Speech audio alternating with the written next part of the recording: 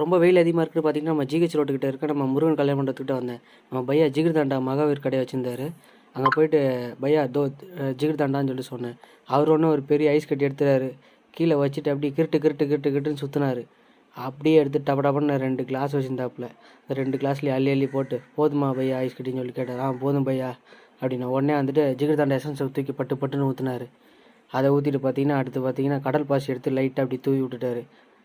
அடுத்து திரும்ப கூழ்கந்து இருக்குல்ல, அதையும் போட்டு லைட்டாக அப்படியே போட்டு குளு குளு குளுன்னு 2 பாட்டிலையும் ஊற்றி விட்டார். அடுத்து ஊற்றி விட்டு பையா நம்மக்கிட்ட வந்துட்டு எப்போவுமே வந்துட்டு பால்கோவா தான் நல்லா சூப்பராக இருக்கும். அதனால் பால்கோவா மட்டும் கம்மியாக ஊற்றாதீங்க, தயவு செஞ்சு அள்ளி போடுங்கன்னு. ஓகே பையா அதெல்லாம் பிரச்சனையே கிடையாதுன்னு சொல்லிட்டு அள்ளி கிளு கிளுன்னு அப்படியே போட்டு அள்ளி போட்டார். அடுத்து அந்த கிளாஸ்லேயும் போட்டு பால்கோவா போட்டு லைட்டாக போட திரும்ப சொல்லுவான்னு சொல்லிட்டு அதுலேயும் பார்த்தீங்கன்னா பால்கோவா வந்து அள்ளி போட்டார். நம்ம பையா கடை பார்த்தீங்கன்னா நம்ம முருகன் கல்யாணத்துக்கிட்ட இருக்குது, நம்ம ஜிஹெச் ரோட்டில். வந்தீங்கன்னா மறக்காமல்